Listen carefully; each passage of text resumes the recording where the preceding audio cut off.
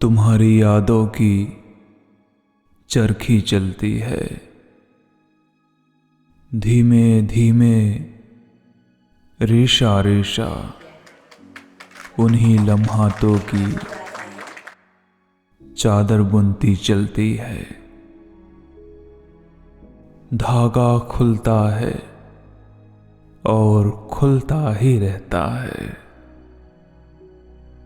इसी के साथ कोई कारवां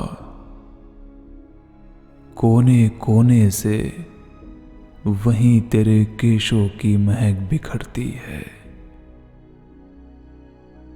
जैसे ताबीर संजोता हूं मैं कोई, हाँ तुम बस हौले से मेरे पास आती हो, बस हम पैरों को पानी में डुबोते चलते हैं। तुम्हारी यादों की चरखी चलती है।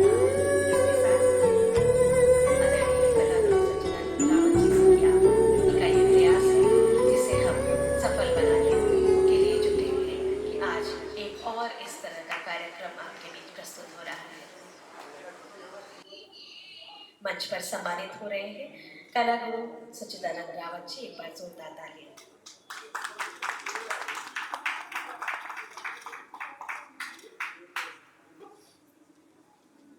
बहुत बहुत आभार।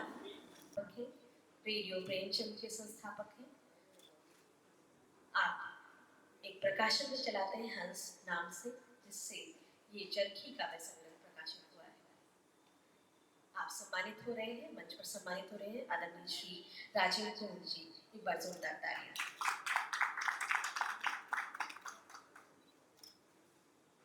और इसी कड़ी में मैं शहरे सुखनगर, जिसमें आप सभी पधारे हैं और हम सभी इसका आगाज कर चुके हैं। मंच पर सम्मानित हो रहे हैं आदरणीय शायरे हिंदुस्तान निजाम बनारसी से। एक बार जोरदार तालियां।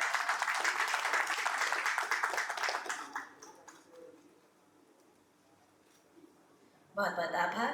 और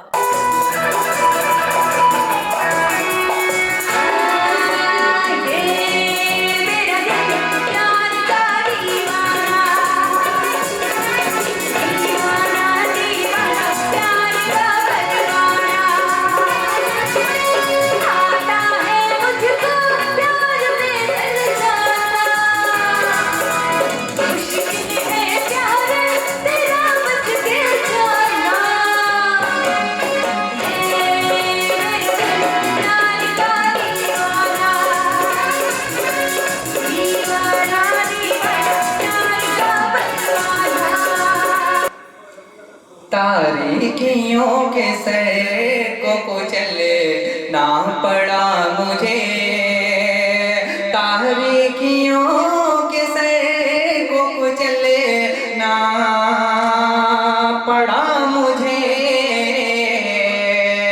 एक चाँद बन के घर से निकले ना पड़ा मुझे, एक चाँद बन के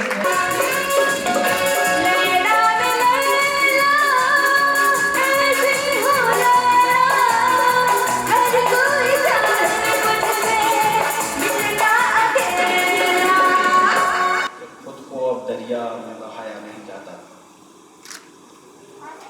खुद को अब दरिया में बहाया नहीं जाता, मगर लौट के साहिल में भी जाया नहीं जाता। साहित्य रसिक मित्रों, मुझे लग रहा है कि मुझसे वरिष्ठ यहाँ कोई नहीं है, तो आप सब मुझसे छोटे हैं। मैं आप सबको संबोधित कर रही हूँ और इस वातावरण में, इस वाङ्मय में जो ऊर्जा है, जो आप सब नवयुवकों की ऊर्जा है, उसका संप्रेषण यहाँ सबके बीच पहुंच रहा है और मेरे बीच भी पहुंच रहा है। मित्रों, हम साहित्य क्यों पढ़ते हैं? साहित्य क्यों रचते हैं? यह भी एक बड़ा प्रश्न है। क्योंकि हम सांस लेते हैं और हम जिंदा हैं। हम जिंदा हैं तो हमें साबित भी करना होगा कि हम जिंदा हैं। हमारे शास्त्रों में एक बहुत सुंदर उक्ति कही गई है, संगीत साहित्य कला विहीनः साक्षात पशुपुच्छ विषाण लेनः। और जब मुझे पता चला कि यहाँ पर तीनों ही का संगम है तो यह और भी अद्भुत है, क्योंकि कलाकार, संगीतकार, चित्रकार सभी यहाँ मौजूद हैं।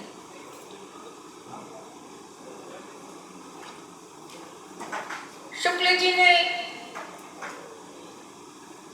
सबसे ज्यादा कविता का लिखा है। आचार्य रामचंद्र शुक्ल जो आलोचना के शिखर पुरुष है, जिनकी हिंदी साहित्य का इतिहास मानदंड कृति है। कविता क्या है? उनका लेख है जिस पर उन्होंने गहन अध्ययन किया और पूरे जीवन पर्यंत वो बार बार उसका मनन करते रहे। 3 पाठ उन्होंने उसके तैयार किए और पूरी तरह से हर पक्ष को उन्होंने स्पर्श किया कविता के संबंध में। हृदय की मुक्त अवस्था है कविता, ये सूत्र वाक्य है। और जिस समय कोई भी रचनाकार लिखता है उस समय वह सिद्धावस्था में होता है।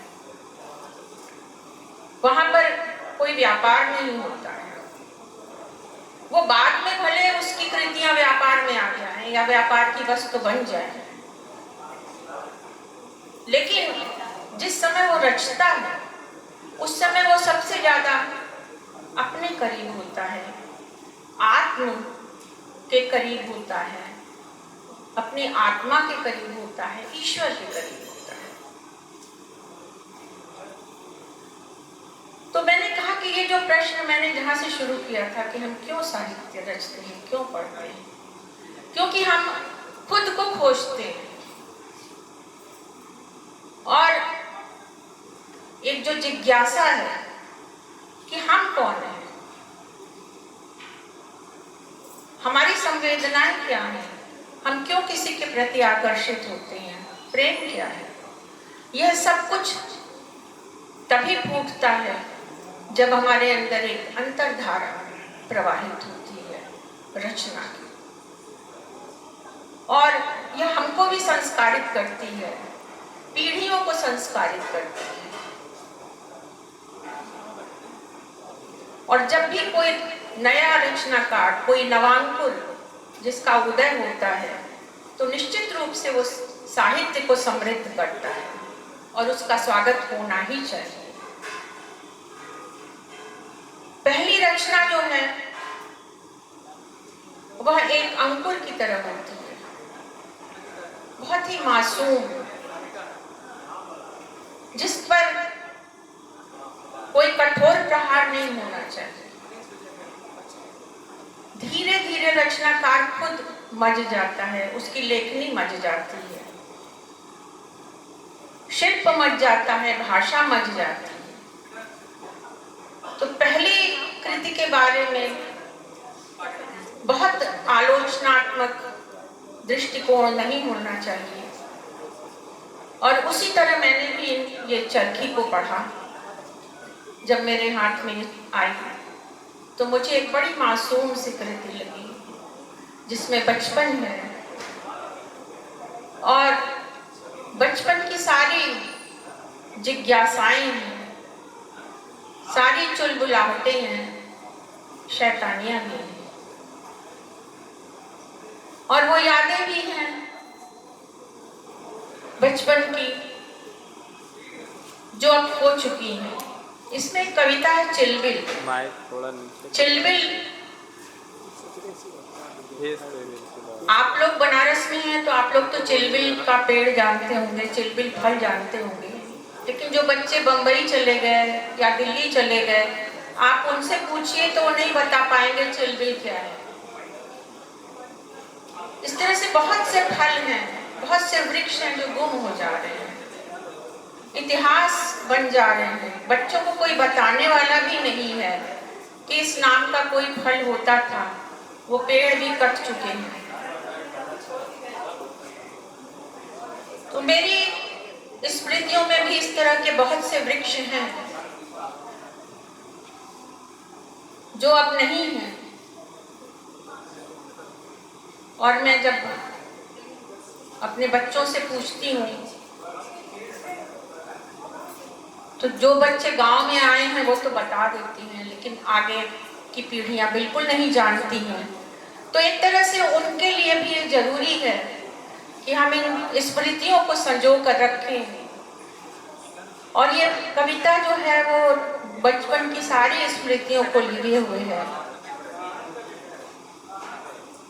इसी तरह से बहुत से अक्स इसमें किस तरह से बचपन से किशोर वय की ओर बढ़े, किस तरह से मित्रों के बीच आए या मित्र बिछड़े, मित्रों का विछोह हुआ। तो उन सारी स्मृतियों को समेट कर यह जो संग्रह बना है, यह हमें तो अपनी स्मृतियों में ले जा रहा है। और जो बच्चे हैं, जो युवक हैं, उनका ये संगी साथी हो जाएगा। वो मुझे लगता है कि इस पुस्तक से आपको गुजरना चाहिए।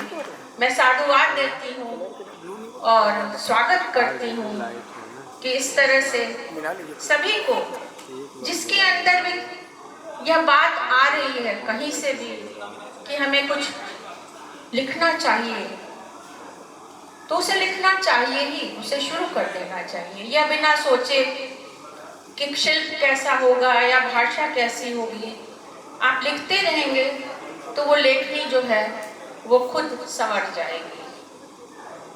लेकिन निरंतरता जरूरी है। साहित्य जो है वो एक साधना है, क्योंकि अगर आपने ये सोचा कि अगर हम 2 ही किताब लिखकर हम प्रसिद्धि पा लें या यश की ओर आपका रुझान बढ़ने लगा, तो कहीं रुकावट आ सकती है। इसलिए ये सतत साधना है। आप लिखते रहेंगे तो आपको पहचान मिलती रहेगी। लोग आपके पास स्वयं आएंगे और उसका मूल्यांकन करेंगे।